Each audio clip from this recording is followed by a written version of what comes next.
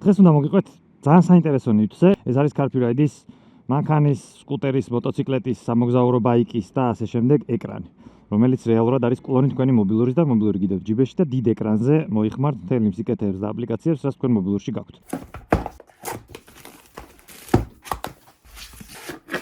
კაი დიდი ეკრანია, აუ რა კაია. ეს და შეიძლება გავთავხედე და მოტოზეც კი დავამაგრო.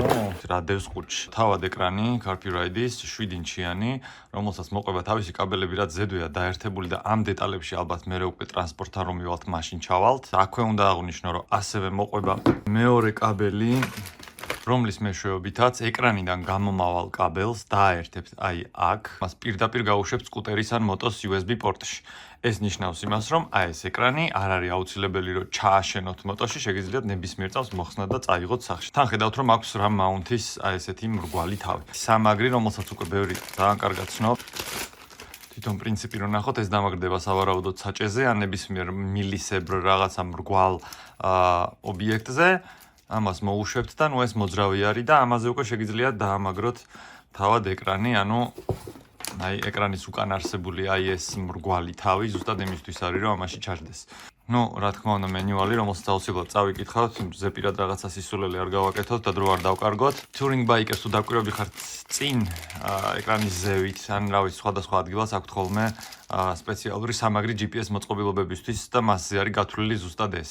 ზუსტად იმ მილზე წინ ისე ჯდება, რომ აი ამაზე უკვე დაამაგრებთ თავად ეკრანს. მოყვება თავისი ჭანჭიკები, რა თქმა უნდა, რაც უნდა გამოიყენოთ მის დასამაგრებლად და ერთი კანჩი თუ რა არის, რა ქვია, არ ვიცი. ცალმხარეს გვაქვს ჩასართავი, ღილაკი და აქეთ ამ მხარეს იყო აი ესეთი ლოგო, რის გამოც მეგონა რომ რატომღაც მოლოდინი მქონდა, რომ ეს იყო სიმბარათის ლამაზად ჩაჯდა SD კარდი. ზედმეტი ნივთები ჩავაწყოთ თავისივე ყუთში და გადავიდეთ პირდაპირ საქმეზე. დაატრიალებთ ამას.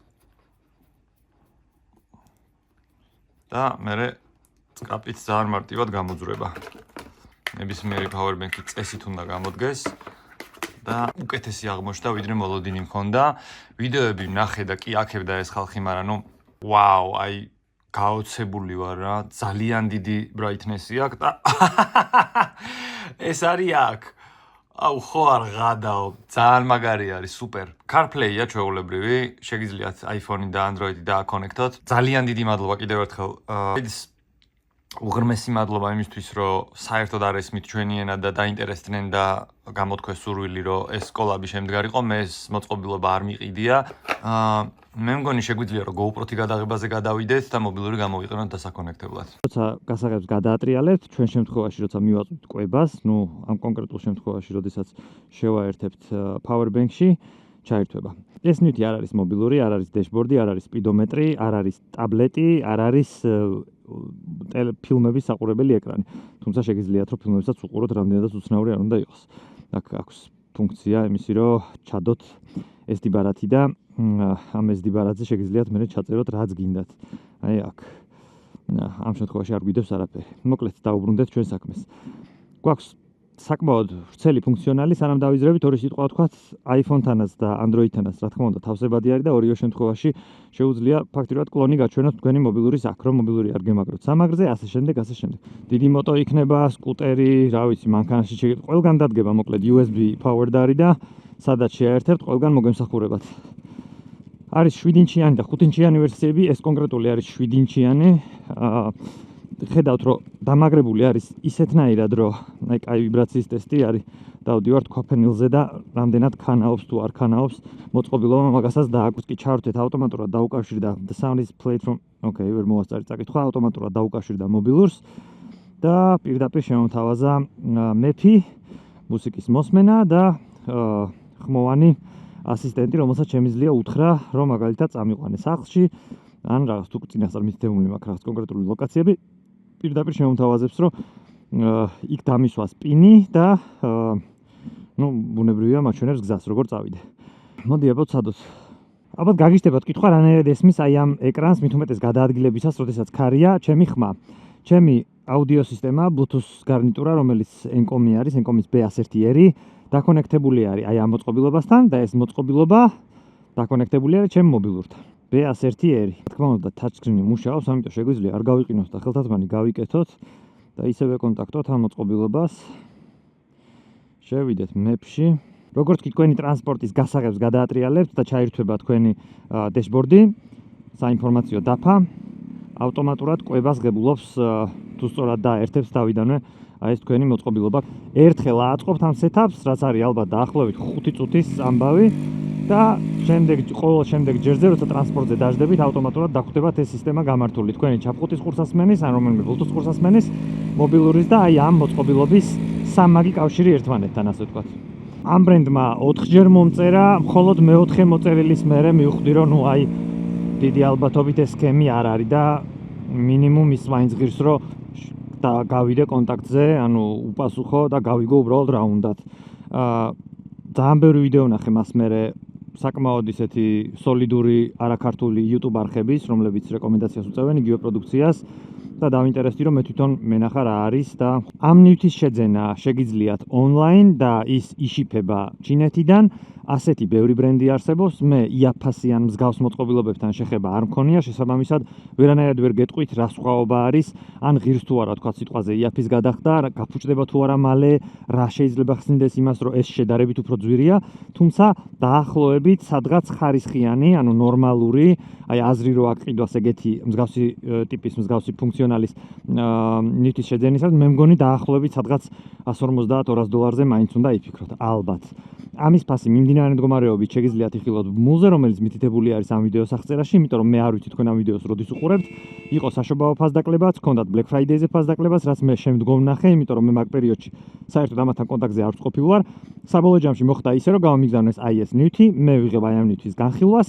თუ მოგეწონებათ, თუ გადაწყვეტ ყიდვას, თქვენ აი ამ ნივთის affiliate ლინკი შეგიძლიათ იხილოთ ამ ვიდეოს აღწერაში, როგორც გითხარით და ავტომატურად მიიღებთ 30%-იან ფასდაკლებას. თუ შეიყვანთ კოდს, რომელიც მითითებულია ასევე აღწერაში. დავიხრჩა. ხმოვანი ასისტენტი რამოდენიმეჯერ გამოვიყენე, ისიც გართობის მიზნით და უბრალოდ გავტესტე, რომ აი მართლა მუშაობს თუ არა და კი ნამდვილად მუშაობს. უნებრივია, რომ ქართული არ ესმის, შეგიძლიათ ინგლისურ ენაზე რაღაც დავალება მისცეთ, მუსიკა ჩაართვევინოთ, გამოართვევინოთ, ვიღაცასთან დაარეკინოთ. შეგიძლიათ ხმოვანი ასისტენტით პირდაპირ უთხრათ, რომ აი სადღაც წამიყვანე სახლში და თუ წინასწარ მეფზე მითითებული გაქვთ სად არის თქვენი სახლი, დაგისვავთ იქ პინს და აი ესეთ მიმართულებას მოგცემთ და აღარ იწვალეთ გაჩერებაზე და ესე ხელებით კრეფაზე და ასე შემდეგ. თუ დააერთებთ რაიმე მოწყობილობას, თუ ეს სიგნალიზაცია და GPS-ი არ არის, ანუ თუ ეს არის რამე დამატებითი აქსესუარები, ხელების გასათბობი, ფეხების ცხელწყალში ჩასაყრელი ტაშტი და ასე შემდეგ, მოკლედ 100%-ით დარწმუნდით, რომ როცა სკუტერს გამორთავთ გასაღებიდან, ეს მოწყობილობები აღარ ჭამენ ელექტროენერგიას თქვენი აკუმულატორიდან, იმიტომ რომ აკუმულატორის მოკვლა არის უმარტივესი. ისედაც ყველა მაღაზია წუწუნებს, რომ GPS-ები და სიგნალიზაციაც როგორ მალე კლავენ აკუმულატორებს. რა ლამაზი მისტია.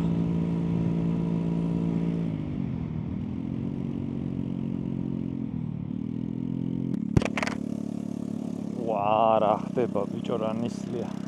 ზანზარებს საკმაოდ ეს ეკრანი. ვერ ვიტყვი, რომ ხელს მიშლის იმაში, რომ აღვიქვა რა ძეთ ხდება. იმიტომ რომ მობილურიც ესე შვება ხოლმე, როცა მობილური გიმაგრია თავის სამაგრით. თუმცა, ნუ ფაქტია, რომ ზანზარებს. როგორ შეგვიძლია ახლა ამას რო უშუალოდ ერთი არის, რომ დემპერი გქონდეს და ის დემპერი თამაშობს ერთ-ერთ ჯაჭვის ერთ-ერთ რგოლს, აი ამ მოტოდან თვითონ ამ ეკრანამდე. და შესაბამისად, ნუ რეზინოვანი მასალაა რაღაცა და ახშობს ამ ვიბრაციებს. მეორე ვარიანტი არის, რომ ესე ქაჯივით რაღაცა ან ძასავით არ უნდა გვეკიდოს ეს ეკრანი და თუ მართლა აი აქ გავცენტრა, უბრალოდ როცა გავცენტრავ, აქ როცა დავაყენებ შუაში. აი ამაზევე დავამაგრებ მაგ სამაგრს, RAM mount-ის ბაზას. აკოპირეთ ჩასვლას.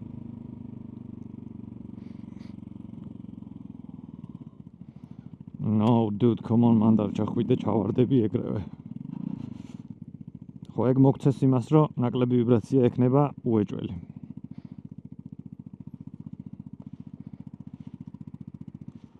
ბადია წესიერად დამაგრებით და ცენტრში დამაგრებით პირდაპირ ეკრანზე ან რომელიმე პანელზე, ან სტაბილიზატორით, დემპერით.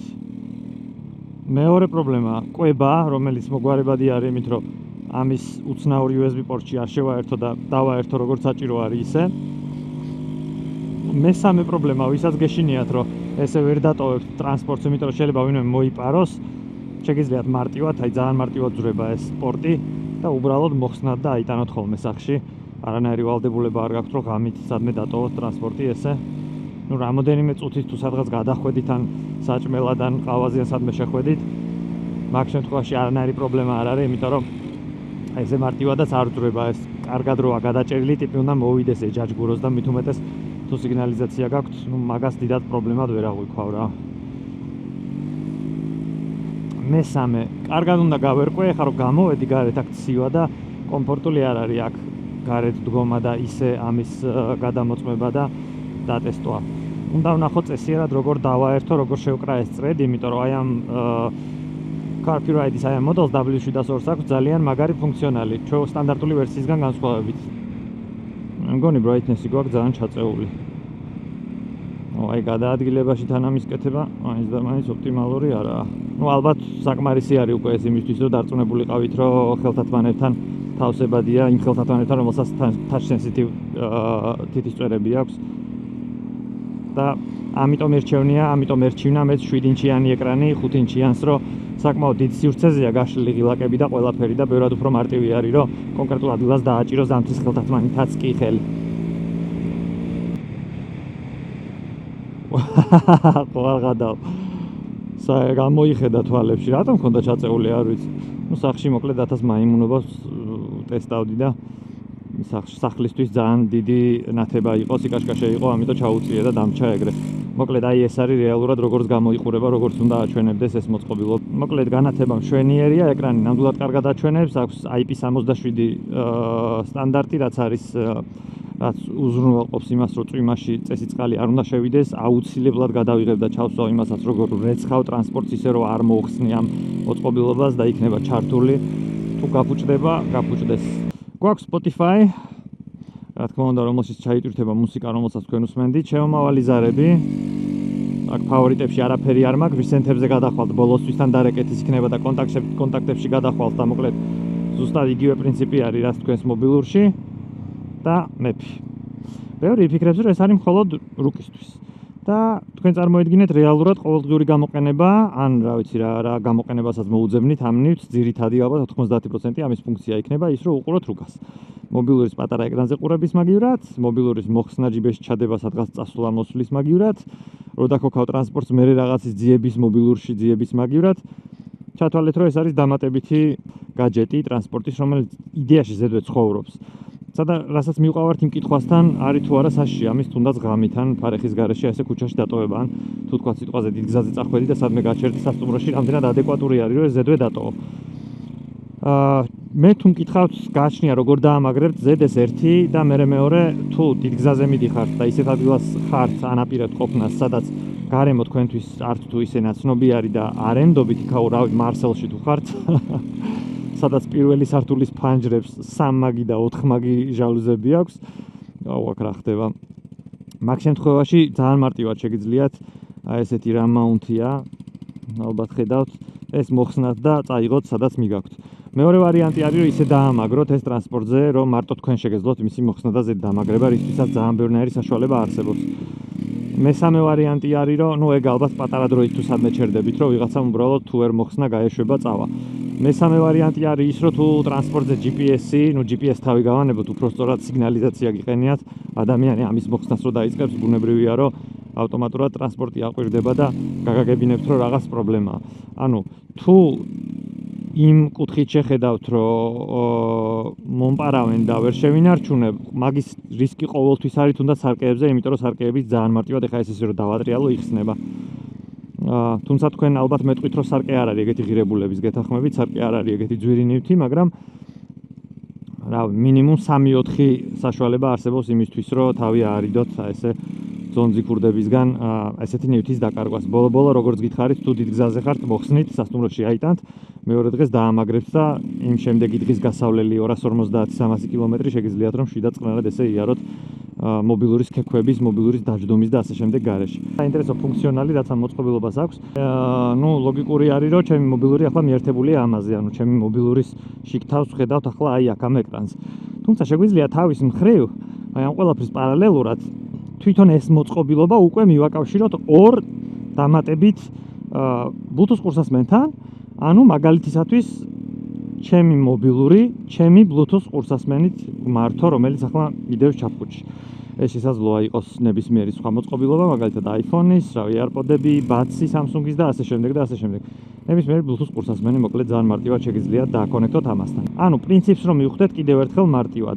მობილური არის შეერთებული ამ მოწყობილობაში და ეს მოწყობილობა თავის მხრივ დაერთებადი არის ორ Bluetooth ყურსასმენზე. ეს იძლევა იმის საშუალებას, რომ თუ მაგალითად ეხლა ვიღაც მეჯდებოდა უკან, პირდაპირ რაც ის პრინციპი შემიძლია ვესაუბრო აქედანვე ყველანაირი გართულებების და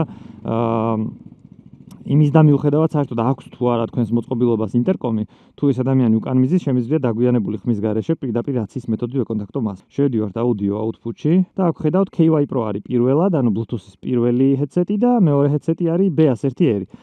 პირიქით მაგ დასაყენებელი პირველზე რომელსაც აყენებ ის არის ხოლმე რომელიც არის ძირითადი და რომელთანაც შემოვა ზარები. თუ ზარი შემოვიდა იმ მობილურში, რომელ მობილურსაც განასახიერებს ეს ეკრანი. ამის მეშვეობით, ამ ფუნქციონალის მეშვეობით, შეგიძლიათ მუსიკას ერთდროულად მოусმინოთ, შეგიძლიათ ინტერკომის მსგავსად ნულოვანი დაგვიანებით ისაუბროთ ერთმანეთში და ასე შემდეგ და ასე შემდეგ. შეგვიძლია ახლა მაგალითად ეს საერთოდ წავშალოთ. ესეც წავშალოთ და თავიდან დავაფეაროთ. ხო, ეს ნამდვილად გასამაგრებელი მაქვს, იმიტომ რომ ხედავთ, რომ ესე ქანაობს. ანუ ესე არ უნდა ქანაობდეს, რა თქმა უნდა. აქ პატარა რეზინის დაყოლება უნდა. ესე იგი, მობილური მიერთებული არის ამ მოწყობილობასთან და შეგვიძლია ჩვენი ნოლანის ენკომი გადავიყვანოთ pairing mode-ში. ჯერ გამორთავთ და ჩართვის ღილაკით ველოდებით 4 წამის განმავლობაში. აციმციმდება წითელი და ლურჯი განათება და აქ გამოჩნდება თქვენი Bluetooth-ის მოწყობილობის დასახელება. ჩემ შემთხვევაში BS1R. დავკონექტეთ, დრო დაჭირდება, აგერ ჩასვა პირველ მოდულში. ანუ ახლა აი ამ მოწყობილობის გავლით შემიძლია ჩემი headset-ით, ანუ ჩემი ჩაფხუტის ყურსასმენით, ნოლანის ენკომ ყურსასმენით, ვაკონტროლო ჩემი მობილური, რომელსაც განასახიერებს ახლა ეს ეკრანი. ბარომეტრი და კომპასი. არ მგონია რომ ეს როდესმე რამეში გამოვიყენო, მაგრამ სადმე ტყეში და უბედურებაში თუ დავიკარგე სიტყვაზე და იქ ინტერნეტი არ იჭერს, ნუ ეს არის ფუნქციონალი, რომელიც ამას ფაქტურად ყველანაირი კონექშენის გარეშე უმუშავებს და შეგიძლიათ მისი გამოყენება. გვაქვს equalizer-ი, რომელიც ძალიან უცნაურია და ეს არის equalizer-ი, რომელიც რეალურად მუშაობს. ყველა ესე ციფრულ მოწყობილობაზე ეს equalizer-ი ხო რა თქმა უნდა, რომ არის ხოლმე იმ ზრდილობის გულისთვის, რომ აი ვითომ equalizer-იც მოყვება. სიხშირებად არის დაყოფილი, არ ვიცი, აუდიოლოგიასთან თუ ვინმეს შეხება ქონიათ უფრო დეტალურად, უფრო კარგად მიხვდებით. ეს არის შეიძლება 1000-ში ერთმა გამოიყენოს, მაგრამ ვინც გამოიყენებს, ეს არის equalizer-ი, რომელიც რეალურად მუშაობს. რაც ძალიან ბევრს ნიშნავს ჩემთვის, როგორც მოყვარული ზოგადად აუდიო სამყაროს. გამზადებული პრესეტები გვაქვს, მაგრამ მე ამას არასდროს არ ვენდობი ხოლმე, მით შემნია მე თვითონ დავაყენო, ან რომელიმე პრესეტი მე თვითონ შევალამაზო. ფისო. საყვარელი არის. ვეფხოთ ხო არ წამოვყვევი სკუტერზე დაგისვავ და კაი Rolex-ის საათი მაქვს და გადაგისევებ თავზე ხელს. მიშე ხა შეგნით. გამარჯობა, ლიმონის კექსით. როგორც კი ჩაირთო მოწყობილობა, ავტომატურად მობილური მიუერთდა ამას და ეს მიუერთდა ჩემს ჩაფხუტის ყურსასმენს. ახლა წარმოიდგინეთ, რამდენად კომფორტული იქნება ამის გამოყენება, თუ წახვალთ სამოგზაუროდ შედარებით დიდ გზაზე, არ ვიცი, კახეთში, სადმე რა.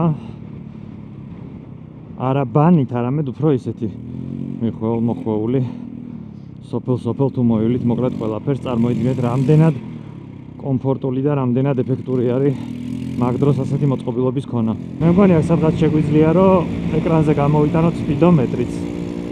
დარწმუნებული ვარ, რომ ეგეთი აპლიკაცია იარსებებს, რომელსაც მობილურში ჩავწერ და ეს ხო მობილურის რეპლიკას აჩვენებს და გამოიტანდა სპიდომეტრსაც ეკრანზე, რაც საერთოდ აზრს უკარგავს ამ დეშბორდს, რომელიც ცოტა აღარ მუშაობს შემოგჯიაზე.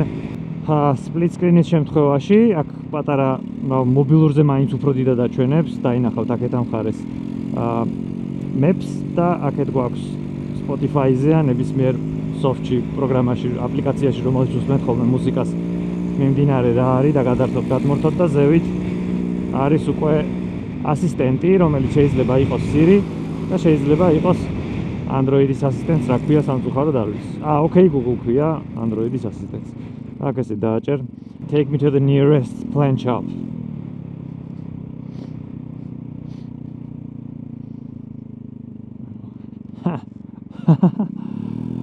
რა მაგარია. ეს გვეუბნება რას? თუ თქვენ წინასწარ მოამზადებთ ლოკაციებს, მაგალითად დაპირნავთ მეფზე თქვენ სახლს, კონკრეტულ ლოკაციებს, სადაც რეალურად დადიხართ ხოლმე, საბედნიეროდ გვაქვს ჩვენი ულამაზესი ენა, თუმცა ეს მოწყობილობა ქართულად რა თქმა უნდა ვერ გაიგებს თქვენ საუბარს. იმის თქმას ვთვლობ, რომ თუ კონკრეტული ლოკაციები დაპირნული გაქვთ, მაგალითად სახლში წამიყვანეთ თუ ეტყვი ინგლისურად ან რამე კონკრეტულ კაფეში, სადაც დადიხართ ხოლმე ყავაზე ყოველდღე არ ვიცი. ნივთი ჩამოვიდა 7-8 დღეში დაშიფვიდან. არ ვიცი ჩინეთიდან ზოგადად არ ვიწერ ხოლმე არაფერს და არ ვიცი რამდენად ადეკვატური არის ეს პერიოდი რაღაც ნივთის ჩამოსვლის შემთხვევაში, შეკვეთის და შემდგომ ჩამოსვლის შემთხვევაში ჩამოვიდა საქართველოს პოსტაში და ჩვეულებრივად მივედი ავიღე რა თქმა უნდა ნივთის ღირებულებიდან გამომდინარე უნდა გაითვალისწინოთ რომ შესაძლებელი არის ჩვენთან ხო ეს $100 ზღვარი არის და რასაც გამბაჟება უწევს იმას მოუწევს გამბაჟება რაც ასევე ბუნებრივია დამატებითი ხარჯია რომელზეც ყველამ წინასწარ უნდა იცოდეს. რაც შეეხება თავად ნივთს, აი როგორც კი ჩამოვიდა, სადღაც ალბათ 15 წუთი დამჭირდა იმისთვის, რომ მომეყვანა ესეთ მუშა მდგომარეობაში, როგორც ახლა არის. რაღაც smart მოწყობილობაც თუ რაღაცად გადააქცევს ნებისმიერ ტრანსპორტს. არანაირი მნიშვნელობა არ აქვს, რაზე დააყენებთ, რა თქმა უნდა, შესაბამისობაში მოდის ყველაფერთან, რაც ორბორბალზე დადის, რავი, ველოსიპედზე შეგიძლიათ დააყენოთ უბრალოდ ერთადერთი რაც უნდა გაითვალისწინოთ დასაწყისშივე, აი ამ ტრანსპორტირების დღეების რაოდენობასთან, DGS-თან და ესე წვრილმანეთთან დაკავშირებით არის ის, რომ ან უნდა დააერთოთ თქვენს აკუმულატორზე და აბსოლუტურად ყველაფერი მოყვება და არის უმარტივესი, 2 კაბელი არის, დასვათ რა ვიცი, თუ დაგიერთებიათ რაიმე როდესმე აკუმულატორზე, ჩვეულებრივად ისე დააერთეთ. სადმე ამის წაღება, მონტაჟი, იმაში დამატებით ფულის გადახდა არ არის საჭირო არავითარ შემთხვევაში. და თუ თქვა სიტყვაზე კიდევ უფრო მარტივად გინდათ რომ გააკეთოთ საქმე, როგორც მე მაქვს ხა დაერთებული, ყველა ტრანსპორტს მოყვება თავისი, ну, ყოველ შემთხვევაში ამ სკუტერს და ახალ სკუტერს მოყვება თავისი USB პორტი, შეგიძლიათ იმ USB პორტზე დააყენოთ და იქიდან აიღებთ ყვებას. მაგრამ ძალიან მნიშვნელოვანი არის არ აგვერიოს და გვახსოვდეს რომ ჩვენი USB პორტი, ჩვენი ტრანსპორტის მიერ მოწოდებული დენი USB პორტში არ უნდა იყოს ნაკლები, უბრალოდ უნდა უდრიდეს, ან უნდა აღემატებოდეს 4.5 ვოლტს და 2.5 ამპერს ან მეტს.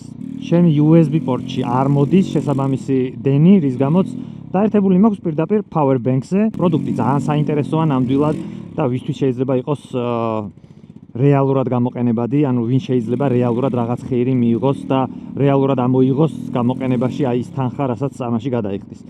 კიდევ ერთხელ გიმეორებს რომ თუ ამის შეკვეთას გადაწყვეტთ, შეგიძლიათ ქართპირადის გვერდიდან გამოიწეროთ, ამ ვიდეოს აღწერაში არის მითითებული ბმული და კოდი, იმ კოდით და იმ ბმულით თუ შეიძენთ 30% აკლდება ამ ნივთს.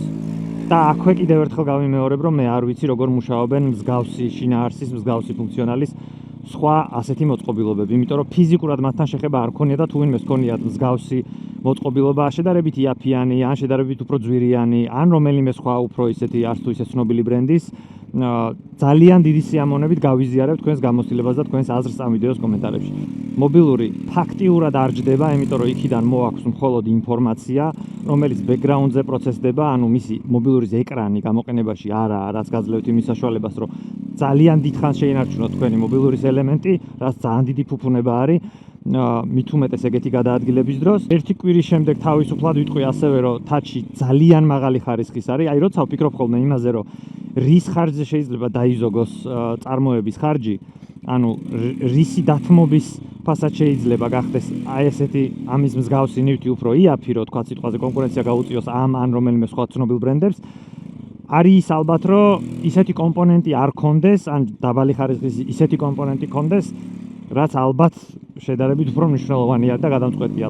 და ალბათ ეს არის ტაჩსკრინი. და აქ ხედავთ, რომ აი ამ ხელა ამ სისქე ზამთრის ხელთათმანი მაცვია და ძალიან მარტივად ვეკონტაქტებით მოწყობილობას.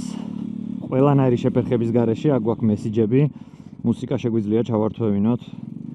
Spotify მაქვს მიმაგრებული.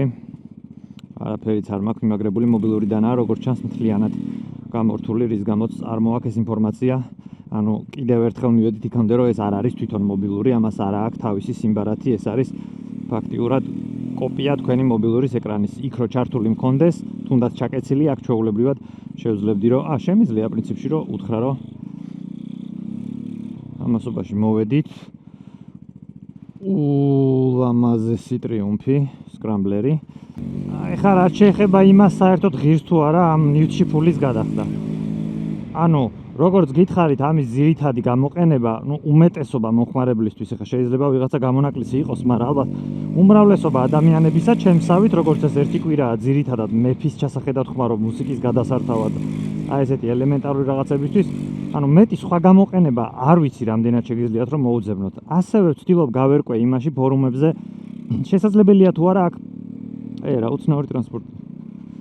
ვცდილობ გავერკვე, ვინმე ხო არ წერს შიგნით დამატებით აპლიკაციას. მაგალითად თუ არის შესაძლებელი Bluetooth კამერის დამაგრება, რომ დავინახო უკანა ხედვის სარკესავით, უკანა ხედვის კამერები დავამატო. ან ხო არ არის შესაძლებელი რამე ისეთი ფუნქციონალი დავამატო კიდე ამას, რაც მომცემს კიდე უფრო მეტ ღირებულებას და გამოყენებას აი ამ ულამაზესი, რეალურად ძალიან მაღალი ხარისხის touch screen-ი ეკრანისთვის. თუმცა ვერ მოვიფიქრე ჯერჯერობით ვერაფერი. მილანში იმდენაირი ესეთი ეკრანი ვნახე, რომ პირდაპირ გეტყვით, რომ იქვე ძალიან მომინდა, რომ რაღაც მსგავსი მქონოდა.